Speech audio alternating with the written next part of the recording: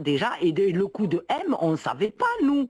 Nous, quand Salam, on est les gars. monté, c'était Salam pas le frérot, coup. salam à tous. Alaykoum Il nous a salam, fait Salam, mesdames, considérer mon que frère. c'était quelque chose de grave, quoi, très grave et tout, et nous, on ne comprenait pas de quoi il voulait parler.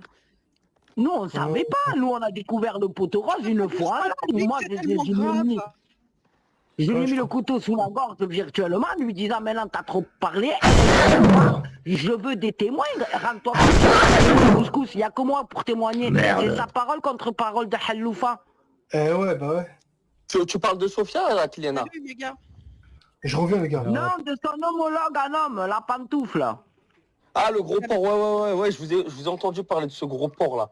D'ailleurs, c'est pour lui que je suis monté. Tu sais, Bordel. celui qui met des tranches, celui qui mettait des tranches de saucisson et de jambon dans ses goûters pour pas que ses copains arabes lui volent. C'est celui-là même. Je vois c'est laquelle. Non, mais lui, bon, c'est pareil, c'est toujours la même...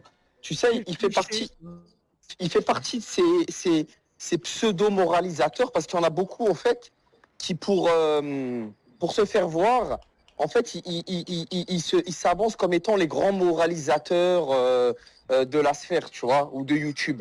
Alors qu'en réalité, comme tu l'as pointé, comme vous l'avez pointé, je vous ai entendu, il n'en est rien, parce que tous les gens qui l'a dénoncé, soi-disant pour des causes, c'était pas personnel. Il dit que quand il dénonce, quand il voit des choses qui sortent du cadre de la morale, etc., il est là pour les dénoncer. Bah alors pourquoi c'est rabiboché avec tous les gens avec qui il a eu des conflits? Tu vois, à un moment donné, il nous parlait d'LPST matin, midi et soir pendant je sais pas combien de temps. Ouais, c'est ce LPST, voilà, il n'a pas changé, il a gardé sa même cagnotte, etc. Il a toujours fait ce qu'il avait à faire. Et qu'est-ce qu'il dénonçait, ce moralisateur? Il disait, voilà, moi, j'ai rien contre lui à titre personnel, mais ce monsieur-là fait une cagnotte, etc. Et moi, ça me tient à cœur. Tu vois, il avançait ce genre d'argument. Alors, comment ça se fait que du jour au lendemain, c'est devenu ton copain et que tu n'as plus de problème avec lui? C'est parce qu'en fait, c'est comme tous. En fait, ils ne savent pas comment mettre la lumière sur eux. Donc, il leur reste qu'une seule flèche à tirer, c'est faire le grand moralisateur qui combat les injustices, etc., matin, midi, soir. Et il raconte que de la merde. Voilà. Il raconte que de la merde. Donc, moi, ce mec-là, c'est une merde. Franchement, je vous dis la vérité, c'est vraiment une merde. Il n'a pas de colonne vertébrale. Parce que quand on est en clash avec un gars, pendant 1 an ou 2 ans, à tous les jours faire des lives sur lui et le titrer parce que soi-disant le mec il est ça, et que du jour au lendemain il lui fait la bise et que voilà, tout ce que le gars a fait ça disparaît.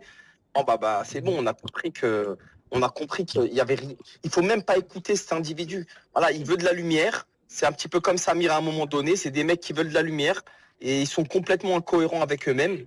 Et puis un coup, il va dénoncer du racisme, un coup, il va dénoncer du truc, un coup, il va dénoncer... Voilà, c'est de la connerie ambulante.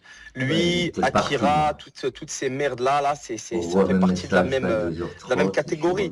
Alors Akira, il se plaignait pareil que LPST, c'était un antisémite, etc. Aujourd'hui, il lui bouffe les couilles. Il a 4 pattes et carrément, il le refuse. Tu vois, bah, je suis désolé, mais c'est ce que tu vois. Donc Ah bah, je suis pas au courant, moi, de ça. J'ai raté des épisodes, moi. Ah, bah écoute, il l'a republié, il a fait la paix avec lui, bisous, hein. Vous n'êtes pas au courant? J'ai rien contre toi,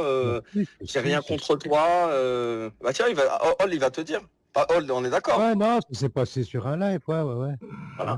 Bisous, et par la suite, il a carrément republié un écrit de LPST en disant oui mais gars c'est un antisémite,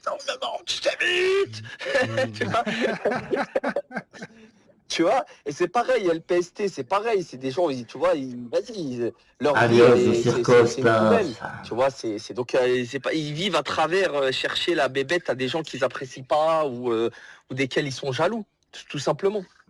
Tu vois, bon, après Akira, c'était pas le sujet, mais c'était juste pour dire que je le considère, ses propos n'engagent que moi comme une merde. Et donc, c'est un peu pareil avec James.